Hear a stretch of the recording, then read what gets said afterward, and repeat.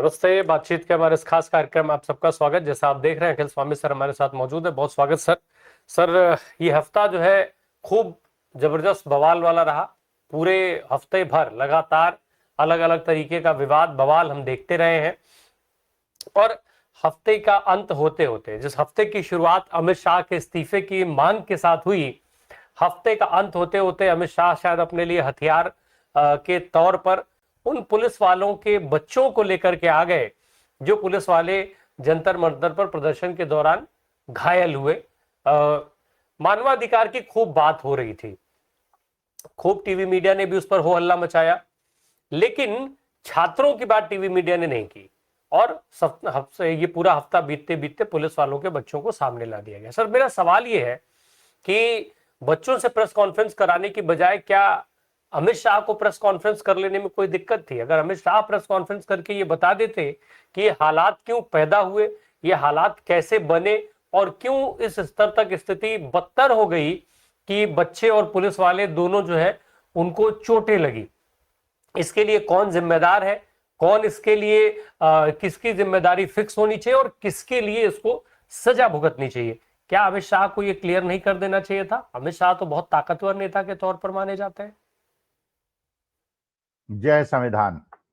देखिए राम प्रकाश जी, पुलिस वालों के बच्चे आए, प्रेस कॉन्फ्रेंस उन्होंने की, उन्होंने बताया उनके पिताजी जब घर आए थे खून से लथपथ थे। अब मेरे ख्याल से तो उनके पिताजी को पहले हॉस्पिटल जाना चाहिए था, फिर घर आना चाहिए था, लेकिन चलिए, वो हमें दुख हुआ। पुलिस वालों को खून निकले या हमारे देश के बच्चों को खून निकले, हमें दुख होता है।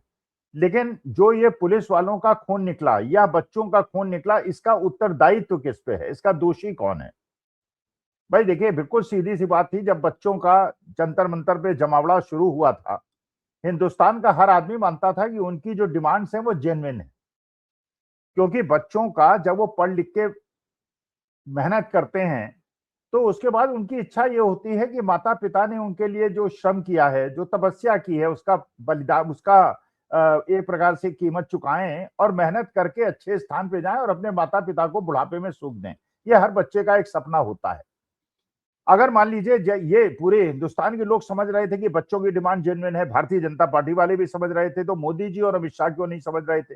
धर्मेंद्र प्रधान क्यों नहीं समझ रहे थे? अगर मान लीजिए इस्तीफा धर्मेंद्र प्रधान का 19 तारीख को हो गया होता, अगर 19 तारीख को ये इस्तीफा हो गया होता तो 20 तारीख की घटना न घटती। भाई बच्चों की तो एक ही डिमांड थी ना कि धर्मेंद्र प्रधान इस्तीफा दे दें।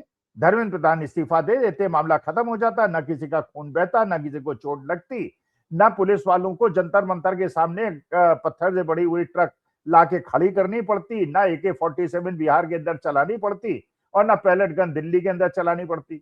ये इसका उत्तरदायी है। बच्चों ने तो नहीं कहा।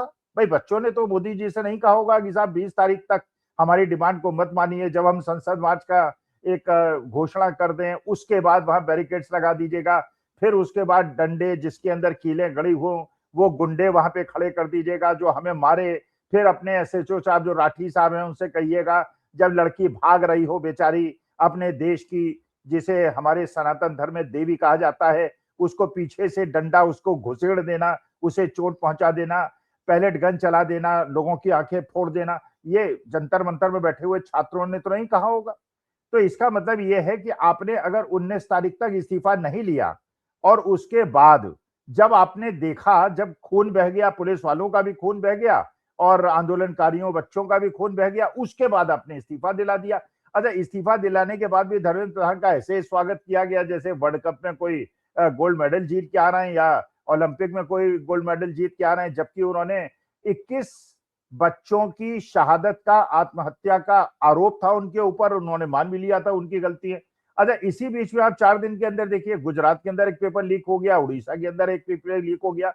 हमारी आंखों में धूल झोंकने का प्रयास हो रहा है कि आपने एक संशोधन बिल के अंदर कर दिया है और उसमें कहा है कि सजा 1 साल से बढ़ा के 10 साल कर दी है और दंड भी आपने बढ़ा दिया है।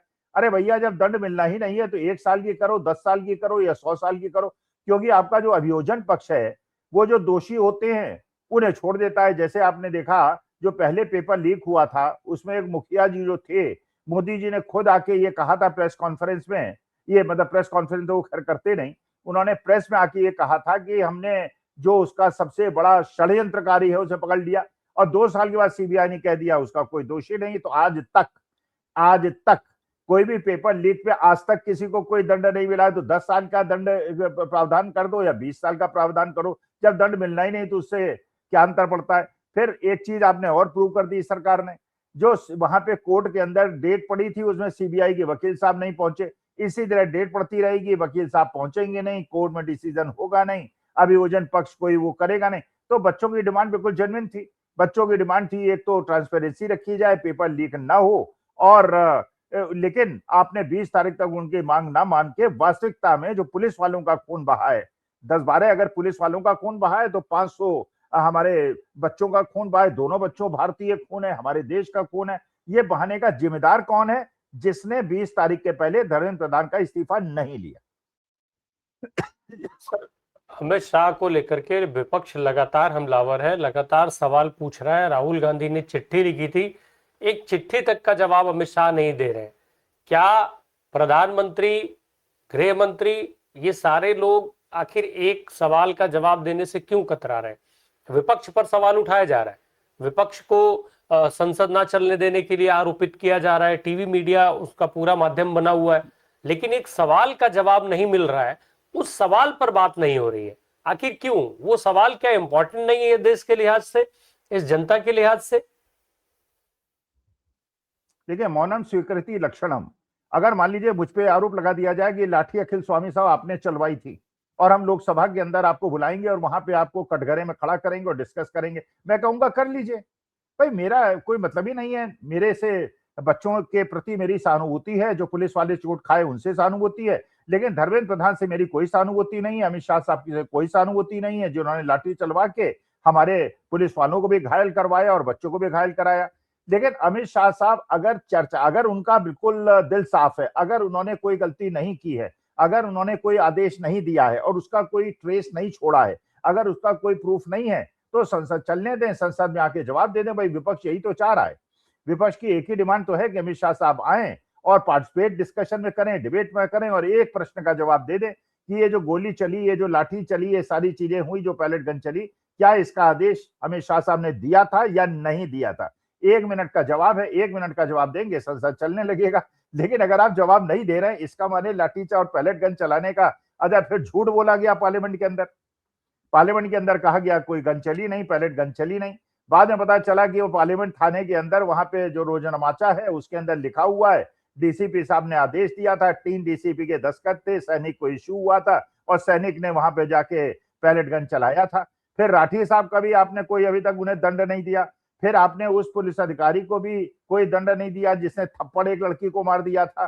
फिर जैसे सिर फोड़े थे, फोटो सामने आ रही हैं, नकाब पहने हुए, हेलमेट पहने हुए ऐसे लोग, जो पुलिस की वर्दी नहीं थी, और ये भी आपने देखा बहुत सारे लोगों का नेम प्लेट नहीं थी पुलिस के, उनके सितारे नहीं थे जिससे लोग आइडेंटिफाई ना कर पाए।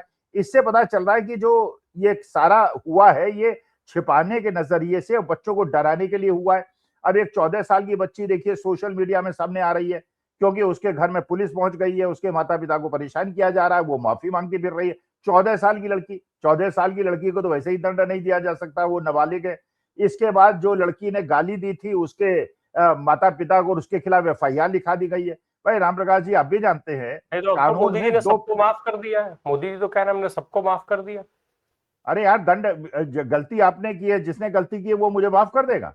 किसी ने आके मेरे को गोली मार दी, मेरे हाथ पैर तोड़ दिए, फिर कहने लगा मैंने स्वामी साहब को माफ कर दिया। अरे यार, गलती मैंने थोड़ी की थी, गलती तुमने की थी, तुमने मुझे मारा था। मैं तुम्हें माफ करूंगा या नहीं करूंगा? तुम मुझे कैसे माफ करोगे या नहीं करोगे? अब ये बताइए, आप ये बताइए, 2 तरह के ऑफेंस होते हैं, कॉग्निजेबल ऑफेंस होता है, नॉन कॉग्निजेबल ऑफेंस होता है। जो कॉग्निजेबल ऑफेंस होता है उसमें पुलिस जो है एफआईआर लिख के खुद दंडात्मक प्रक्रिया शुरू कर सकती है। जो नॉन कॉग्निजेबल ऑफेंस होता है, राम प्रकाश जी आपको भी पता है, नॉन कॉग्निजेबल ऑफेंस में जब तक कोर्ट का आदेश ना हो तब तक एफआईआर लिखी नहीं जा सकती और पुलिस उसमें हस्तक्षेप कर नहीं सकती। अब ये बताइए, गाली देना क्या कॉग्निजेबल ऑफेंस है? भाई, गालियां तो आप जानते हैं हमारे देश में प्यार से भी लोग गाली दे देते हैं। आपने देखा हमारे मेरठ और हरियाणा वगैरह में बाप से तू कह के बात करते हैं। ये भाई कल्चर का अलग है, उसमें कोई बुरी बात नहीं है। ईस्टर्न यूपी के अंदर आप छोटे से आदमी से भी अगर तू कह के बात करते हैं, वो लट चलाने को तैयार हो जाएगा। मोदी जी के संसदीय क्षेत्र में, मोदी जी के संसदीय क्षेत्र में, मोदी जी का जो संसदीय क्षेत्र है वहां गाली किस भाषा में कैसे दी जाती है वो सबको पता है, बाकायदा नहीं उसके ऊपर तो फिल्में बन चुकी हैं। पंजाब वगैरह में उस पर भी कोई रोक नहीं लगाई, सेंसर बोर्ड ने उसमें कोई वो नहीं किया, बिल्कुल खुली गालियां दी गई हैं, सेंसर बोर्ड ने उसमें कोई परेशानी महसूस नहीं की। अच्छा, उसके बाद जो यहाँ नीचकांत दुबे ने कहा पार्लियामेंट के अंदर, उन्होंने जो है पंडित जवाहरलाल नेहरू के चरित्र के बारे में बता दिया। अब ये बताइए, एक चीज बताइए, जो दो जनरेशन आज 60 साल पहले उनकी मृत्यु हो गई पंडित जवाहरलाल नेहरू की, 60 साल पहले निशिकांत दुबे पैदा नहीं हुए होंगे, तो उन्होंने कैसे उनके चरित्र के बारे में बता दिया? उनको किसने बताया कि उनका चरित्र खराब था? अच्छा, पंडित जवाहरलाल नेहरू का चरित्र खराब था तो इसका माने आप चारित्रिक आरोप लगा रहे हैं? भाई अगर मान लीजिए गाली कोई देता है, डिफेमेशन कर दीजिए, उसका कोर्ट में एक सिविल केस कर दीजिए, उसके बाद डिफेमेशन में कोर्ट अपनी तारीख देगा। लेकिन उस बच्चे के घर में पुलिस जा रही है, उसको परेशान कर रही है, लड़कियों को परेशान कर रही है। बिहार के अंदर आपने देखा बच्चों के घर में घुस घुस के उनको मारा जा रहा है, उनको परेशान किया जा रहा है। फतेहपुर में जैन अल्फा के बच्चे खड़े हो गए कि हमारे स्कूल के अंदर बिजली और पानी की व्यवस्था ठीक नहीं है, टॉयलेट की व्यवस्था ठीक नहीं है, तो डीआईओस ने उनसे नेगोशिएट किया, उसके बाद उनके घरों में जाके पुलिस परेशान कर रही है। तो पुलिस के माध्यम से देश को चलाएंगे, हमारी नई पीढ़ी को चलाएंगे। तो हमारी नई पीढ़ी जो एक दिखा रही है, पूरे विश्व को एक राह दिखा रही है कि आंदोलन ऐसे होता है, प्यार मोहब्बत से होता है, हंसते हंसते कैसे होता है, लाठी खा के कैसे होता है, जो महात्मा गांधी ने सिखाया था, हमारी जन अल्फा और जन जी उसको आगे बढ़ा रही है। आप उनके घर में पुलिस भेज रहे हैं, तो आप ये नॉर्थ कोरिया हो गया हमारा देश। तो देखिए, हम बुजुर्गों का, हम वृद्ध लोगों का, अपने बच्चों को पूरा आशीर्वाद है। हम उनसे कहते हैं बिल्कुल अपने अध्यापकों का सम्मान कीजिए, गुरु शिष्य परंपरा को सामने रखिए, अपने अध्यापकों के पैर छूइए, लेकिन पैर छूने के बाद जो आपके अधिकार हैं उसको मांगिए। आपको मिड डे मील के अंदर खाना अच्छा नहीं मिल रहा है, उसमें निगाह रखिए। बिजली पानी टॉयलेट की व्यवस्था ठीक है नहीं, इसमें निगाह रखिए। टीचर्स आ रहे हैं कि नहीं आ रहे हैं, उसमें निगाह रखिए, और अपने अधिकारियों के लिए लड़िए, अपने अधिकारों के लिए लड़िए, जैसे महात्मा गांधी ने और हमारे स्वतंत्रता संग्राम सेनानियों ने देश को आजाद कराते समय जो सोचा था सपना, उसको साकार कीजिए। लेकिन अध्यापकों का अपमान मत कीजिए। लेकिन जो 500 करोड़ की गर्लफ्रेंड और जर्सी गाय और विदेशी बछड़ा और इस प्रकार की बातें करता है, गाली गलौज, देखिए एक चीज होती है इंटेंशन ऑफ हर्टिंग समबडी। अगर आप किसी को गाली देके उसको धमकी दे रहे हैं कि तुम्हें मार देंगे, तब तो वो क्रिमिनल एक्ट है। वरना हमारे देश के अंदर तो आप जानते हैं, अब आप किसी उसमें बैठ जाइए, लोग जो है बिना मतलबी के, बिना इंटेंशनी के गाली गाली देने लगते हैं। अब उसमें आप एफआईआर लिखने लगे तो पता चला देश की 90% पॉपुलेशन तो जेल के अंदर चली जाएगी। सर एक चीज, अब जब अमित शाह के इस्तीफे पर विपक्ष बहुत आक्रामक है, सवाल पूछने पर बहुत आक्रामक है, इस बीच में भाजपा और टीवी मीडिया अब जो है वो ये लग गए हैं कि देखिए कैसे पार्शियलिटी होती है कि राहुल गांधी एक बार भी झारखंड के पेपर लीक पर नहीं बोल रहे हैं, पंजाब पर बात नहीं कर रहे हैं, और मीडिया की मतलब सीजेपी और दूसरे प्रोटेस्टर्स के लिए कि पंजाब के ऊपर प्रोटेस्ट क्यों नहीं कर रहे हैं, झारखंड पे प्रोटेस्ट क्यों नहीं कर रहे हैं, झारखंड में भी बड़ा प्रोटेस्ट हो रहा है।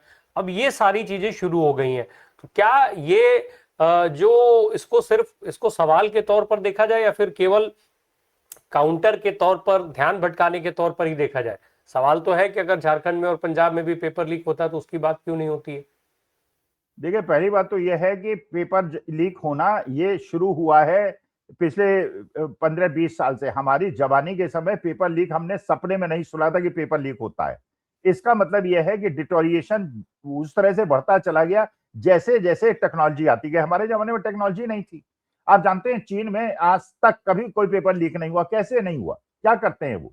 भाई मानी बात है, साम्यवादी एक डिक्टेटरशिप का वहां पे है। जो टीचर पेपर सेट करता है, जब तक पेपर नहीं हो जाता उसको कस्टडी में रखा जाता है, उसको बाहर निकलने नहीं दिया जाता। भाई कर दीजिए आप, अगर ऐसे ही है भाई। देखिए, लेकिन बच्चों के साथ अन्याय नहीं हो। लेकिन असली मुद्दा यह है कि पेपर लीक नहीं होना चाहिए। क्या झारखंड में या पंजाब में बच्चों में लाठियां बरसाई गई? क्या उनके सिर फोड़े गए? क्या उन पे पैलेट गन चलाए गए? देखिए, एक चीज तो होती है सिविल ऑफेंस होता है, एक होता है क्रिमिनल ऑफेंस। जो सिविल ऑफेंस था, पेपर लीक होना एक सिविल ऑफेंस है, उसको भी रोकना चाहिए। परीक्षा के अंदर लीक नहीं होना चाहिए।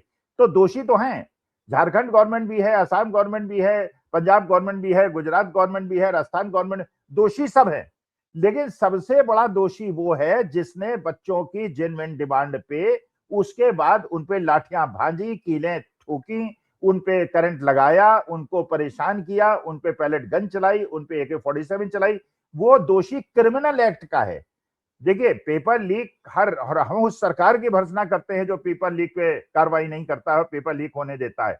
क्योंकि एक बहुत बड़ा माफिया आज के तारीख में पेपर लीक पे काम कर रहा है, हजारों करोड़ों का माफिया उन्होंने बना लिया है। और इस माफिया को तब तक आप नहीं सुधार पाएंगे जब तक 10 लोगों को चौराहे पे फांसी में नहीं चढ़ा देंगे। और प्रूफ है, पेपर लीक हुआ है, सबको पता है पेपर लीक किसने किया है, कैसे हुआ है। लेकिन अब ये राजस्थान के अंदर जो ये आपका नीट का पेपर लीक हुआ था, आपको पता है 2 टीचर्स, पेपर लीक की जो रहस्योद्घाटन किया था 2 टीचर्स ने किया था। घंटों वो पुलिस थाने में बैठे रहे, पुलिस ने उनकी एफआईआर नहीं लिखी, क्योंकि वो नेटवर्क में सब शामिल है। बड़ी मुश्किल से एफआईआर लिखी गई, बड़ी मुश्किल से। अभी आप देखिए 3 दिन पहले गुजरात के अंदर पेपर लीक हो गया, 2 दिन पहले उड़ीसा के अंदर पेपर लीक हो गया। लेकिन पेपर लीक होना तो एक ऐसी सजा है जिसमें 20 साल की सजा होनी चाहिए, लेकिन उसके बाद लठ चलाना, सिर फोड़ना, बच्चों को मारना, पीटना, AK-47 और पैलेट गन, इसमें फांसी की सजा होनी चाहिए। तो मैं उसको जस्टिफाई नहीं कर रहा, उसमें दंड मिलना चाहिए। लेकिन जिन्होंने आज के तारीख में जो मुख्य कुपात्र हैं, जिनकी वजह से हिंदुस्तान का पूरे विश्व में एक छवि को खराब हो रही है, उसके दोषी अमित शाह साहब हैं। अरे मोदी जी को क्या परेशानी है यार, गुजरात के किसी और आदमी को होम मिनिस्टर बना दें, अमित शाह साहब को जेल भेज दें, उसमें क्या परेशानी की बात। एक और सवाल है सर, जो आप तो चूंकि हिंदुत्व वाले हैं, आप सनातन को भी मानने वाले हैं, आपको आपके सनातन का ज्ञान भी आपके पास ठीक ठाक है सर। बीते दिनों जंतर मंतर पर आंदोलन के चलते इस देश में एक बहुत बड़ा मुद्दा गायब हुआ, राम मंदिर में चढ़ावा चोरी का। अब जब ये छात्रों का मामला कुछ सुलझा, अमित शाह के इस्तीफे के पर मांग जो चल रही है वो चली रही है, लेकिन चढ़ावा चोरी को भी विपक्ष एक बार फिर से इस देश के सामने दोबारा से उस मुद्दे को उसने जिंदा कर दिया। हमने देखा कि किस तरीके से संसद के अंदर, संसद परिसर में बाकायदा एक उसका जो है रूपांतरण, एक मंचन किया गया। उसके बाद इस देश में एक अलग तरीके का विवाद छिड़ गया। एक तरफ लोकसभा अध्यक्ष ओम बिरला साहब ने कहा कि जो लोग ऐसा कर रहे हैं वो ठीक नहीं है, संसद की मर्यादा और क्या क्या जो मर्यादा का पाठ पढ़ाया उन्होंने। दूसरी तरफ पूरी भाजपा आग बबूला हो गई है, पूरा संघ आग बबूला हो गया। कहा यह जा रहा है कि पप्पू यादव ने भगवा पहन करके सनातन का अपमान कर दिया है। सर सवाल ये उठता है कि जो कुछ संसद भवन के अंदर हुआ, क्या वो सीधे तौर पर सनातन का अपमान करने वाला है? क्या उससे सनातन का अपमान होता है? क्या हिंदू को उससे आहत हो जाना चाहिए? ये एक सनातनी, एक हिंदू होने के नाते मैं आपसे पूछ रहा हूं। देखिए, पहली बात तो मुझे ये नहीं समझ में आता कि सनातन का मतलब क्या है। सनातन का मतलब होता है जो कभी नष्ट ना हो और हमेशा चलता रहे। देखिए, अभी तक मेरी जो बुद्धि थी, जब तक ये भारतीय जनता पार्टी वाले नहीं आए थे, मैं ये मानता था, देखिए मेरा जो ननिहाल है, जो नाना साइड है, वो है आर्य समाजी, और मेरे जो ग्रैंडफादर साइड, बाबा साइड के लोग हैं, वो है सनातनी। मैं ये मानता था। मेरे हिसाब से जो सनातनी वो होते हैं जो कि मूर्ति पूजा करते हैं, जो कि भगवान का साकार रूप मानते हैं और उनको मूर्ति के रूप में पूजते हैं। मैं ये मानता था वो सनातनी है। हो सकता है मैं गलत हूं, हो सकता है मैं सही हूं। और जो आर्य समाजी हैं, जैसे मेरे ननिहाल के अंदर मूर्ति नहीं रहती थी, मूर्ति पूजा नहीं होती थी। वो लोग हवन करते हैं, वो लोग अग्नि को और सूर्य को भगवान मानते हैं, तो वो मूर्ति नहीं मानते। इसका माने वो डिफरेंट, वो मूर्ति पूजक नहीं है। अब प्रश्न ये उठता है कि 2 तरह के लोग हैं समाज के अंदर। एक जो हैं जो मूर्ति पूजक हैं, एक है जो मूर्ति पूजक नहीं है। अच्छा, आपका संविधान आपको अधिकार देता है कि चाहें तो मूर्ति पूजें, चाहें तो ना पूजें। अगर मान लीजिए राम प्रकाश जी आप नास्तिक हैं, मान लीजिए भाई, अगर आप भगवान को नहीं मानते तो ये कानूनी अपराध तो है नहीं। अगर आप भगवान को नहीं मानते तो ठीक है, चलिए, I don't have anything to fight with you. आप हिंदू हैं लेकिन आप भगवान को नहीं मानते, आप मूर्ति पूजा नहीं करते। लेकिन देखिए, सबसे बड़ा दोषी कौन है? जो भगवान को मानता है। जैसे मैं हूं सनातनी, मैं तो मानता हूं कि पत्थर की मूर्ति के अंदर भी प्राण होते हैं और हम लोग उनकी प्राण प्रतिष्ठा करते हैं और उनको पूजते हैं और उस पर पूरा विश्वास रखते हैं, तभी तो दूध भी चढ़ाते हैं, पानी भी चढ़ाते हैं, फूल भी चढ़ाते हैं, उनके सामने हाथ जोड़ के खड़े रहते हैं। मैं तो सनातनी हूं, मैं तो मानता हूं। लेकिन जो अगर नास्तिक है, अगर वो चोरी कर ले तो उसका अपराध जितना बड़ा है, उससे बड़ा अपराध उसका है जो आस्तिक है, जो भगवान को मानता है कि सर्वशक्तिमान है, उसके बाद चोरी करता है। तो चंपत राय बंसल, फिर गोपाल राव, फिर अनिल मिश्रा, फिर आरएसएस के लोग, जो एक ऐसी ऑर्गेनाइजेशन जो रजिस्टर्ड नहीं है, जिसका ऑडिट नहीं होता, जिसके सोर्स ऑफ फंड का नहीं पता होता, हजार हजार करोड़ की अगर बिल्डिंग बनाती है तो ये तो इनकम टैक्स को पता चलाना चाहिए, ईडी को पता चलाना चाहिए ये पैसा आ कहां से रहा है, कौन दे रहा है इनको पैसा। कहीं दाऊद इब्राहिम तो नहीं दे रहा, कहीं चीन और पाकिस्तान से तो नहीं आ रहा। लेकिन अब भाई पप्पू यादव ने जो कहा, भाई मानी बात है, यही तो राम जन्मभूमि के अंदर हुआ है, यही तो महाकाल मंदिर के अंदर हुआ है, ये तो काशी विश्वनाथ के अंदर हुआ है, यही तो हर जगह मंदिरों में हो रहा है। चढ़ावा हम लोग चढ़ाते हैं भक्ति भाव से कि भगवान के चरणों में अर्पित करें, और उसको ये भारतीय जनता पार्टी आरएसएस वाले चोरी कर लेते हैं। तो मैं उस हर आदमी को आस्तिक तो छोड़ दीजिए, मैं उनको पापी मानता हूं, और इनको कढ़ाई में तेल के अंदर बिल्कुल कढ़ाए जाने की मांग करता हूं भगवान से, जो मंदिर के अंदर चोरी करते हैं। तो जो पप्पू यादव ने किया वो चोरी, तो वो तो दिखा रहे थे कि भाई चोरी कैसे हुई, लेकिन जिन्होंने राम जन्मभूमि के अंदर या काशी के अंदर या महाकाल के अंदर या केदारनाथ में सोना बिल्कुल किलो सोना गायब कर दिया और बद्रीनाथ में चोरी कर ली, उसके बाद एफआईआर हुई, ये सब हो गया। ऐसे लोगों को जो अपने को आस्तिक कहते हैं और मंदिर के अंदर चोरी करते हैं, इनको फांसी पे चढ़ा देना चाहिए, चाहे भारतीय जनता पार्टी पूरी साफ हो जाए उसी चक्कर में। एक और चीज रही सर, बीते दिनों हमने एक चीज देखा, एक तरफ जहां जेनजी के गालियों पर खूब सवाल उठे, एफआईआर और ये सारा जिसके हमने चर्चा की वो सब कुछ हो रहा है, वहीं दूसरी तरफ सत्ताधारी पक्ष के तमाम सांसद अलग अलग भाषा का प्रयोग करते हुए भी दिखाई दे रहे हैं। कुछ लोग तो गटर से लेकर कहां कहां तक पहुंच चुके हैं। इन सब मामलों को कहीं हमारे महामानव कवर नहीं कर रहे हैं। रात में एक वीडियो डाल देते हैं, लोग सोते रहते हैं, उनको डिस्टर्ब करने का एक काम कर रहे हैं, उस पर रिएक्शन जो आ रहे हैं वो बड़े खराब आ रहे हैं, लेकिन महामानव हमारे बड़े खुश हैं और वो जो है, लेकिन इन सारी चीजों को कवर नहीं कर रहे हैं। कल जो रात को वीडियो आई उसमें उन्होंने जंतर मंतर को तो कंसीडर कर लिया, छात्र आंदोलन को कंसीडर कर लिया, जिस पर अब तक चुप थे, लेकिन ये जो उनके सांसद बोल रहे हैं उसको उन्होंने कंसीडर नहीं किया, उस पर उन्होंने एक शब्द नहीं कहा है। भाई रामप्रकाश जी, ये बताइए, जो कंगना रनौत ने, जो मेंबर ऑफ पार्लियामेंट है मंडी से, जो उन्होंने स्टेटमेंट दिया, ये क्या किसी भी पुरुष या महिला को ये स्टेटमेंट देना चाहिए अपनी नई पीढ़ी के लिए, अपने छोटे बच्चों के लिए? देखिए, पहली बात तो हमने सबसे ज्यादा खुशी हमें इस बात की हुई, अच्छे अच्छे अमीर घरों के बच्चे जंतर मंतर के अंदर थे, लड़के भी थे और लड़कियां भी थी, एक भी छेड़खानी की घटना वहां पे सामने नहीं आई। पूरी पब्लिक ग्लेयर में था, वहां बकायदा लोगों के कैमरे लगे हुए थे, कहीं कोई घटना, एक शिकायत नहीं आई। जबकि इस प्रकार की घटनाओं में, कुंभ मेले में भी इस टाइप की घटनाएं घट जाती हैं, हरिद्वार के अंदर भी इस टाइप की रिपोर्टिंग हो जाती है, पुलिस के अंदर इतनी सारी शिकायतें होती हैं कि साने फलाने ने चोरी कर ली, मेरा मोबाइल चोरी कर लिया, और लेकिन इस बार एक भी घटना सामने नहीं आई। कंगना रनौत ने जो स्टेटमेंट दिया, इसका माने नई पीढ़ी के चरित्र के ऊपर आप प्रश्न उठा रहे हैं। मैं तो ये मांग करता हूं, जिन लड़कियों के और जितनी भी बच्चों के, लड़कियों के माँ बाप और लड़कों के माँ बाप वहां पे थे, वो थाने में जाके रिपोर्ट लिखाएं कंगना रनौत के खिलाफ, कि आप प्रूफ दीजिए कि वहां पे इस प्रकार की घटनाएं हुई, आप चारित्रिक खनन हमारे देश के छोटे बच्चों और महिलाओं का नहीं करेंगे। और कंगना रनौत के बारे में मैं इसलिए नहीं कहना चाहूंगा, मेरी बेटी की उम्र की है, लेकिन उनका जो चरित्र, उनका जो इतिहास है वो पूरा देश जो जानता है। वीडियोस सर, जो भी वीडियोस आई वो या तो पुलिस वालों के आई, जो जिन्होंने पुलिस की वर्दी पहन रखी थी, आरएएफ की वर्दी पहन रखी थी, या तो वैसे लोगों की वीडियोस आई, या जो प्राइवेट भेष में थे, जो पुलिस का साथ दे रहे थे मारने पीटने कूटने में, उन्हीं लोगों की वीडियोस आई इस तरीके के, बाकी किसी सामान्य की तो नहीं आई थी। अच्छा रामप्रकाश जी, एक चीज और बताइए, आपको पुलिस का प्रोटोकॉल पता है, सबका पता है, होम मिनिस्टर क्या इस बात का जवाब देंगे, या ये पता चलेगा कि 16 तारीख को एक ट्रक का, जिसके अंदर पत्थर भरे होते हैं, एक सेंट्रो कार से एक्सीडेंट हो जाता है, फिर उस कार को पकड़ के पार्लियामेंट थाना स्ट्रीट में लाया जाता है, फिर उसे घुमाया जाता है, 4-5 जगह उसे कभी यहाँ प्लेस होता है, कभी वहां प्लेस होता है। क्या ये कॉमन सेंस की बात नहीं है कि जंतर मंतर, जहां पे सबको पता था कि बहुत ज्यादा स्थिति खराब होने वाली है, 20 तारीख को जब मार्च हो गया था, वहां पे पत्थर वाली ट्रक को पुलिस प्लेस करती है? ये प्लेस क्यों किया गया? बच्चे उसके जाल में नहीं फंसे। अगर मान लीजिए बच्चे उत्तेजित हो गए, उसके अंदर से पत्थर फेंकने लगते और गोडसीवादी बन जाते, पुलिस को एक मौका मिल जाता। लेकिन ये बात का जवाब क्या पुलिस को नहीं देना चाहिए और सरकार को नहीं देना चाहिए? वो पत्थर भरी हुई ट्रक थाने के कैंपस के अंदर रखने के बजाय जंतर मंतर के सामने क्यों रखी गई?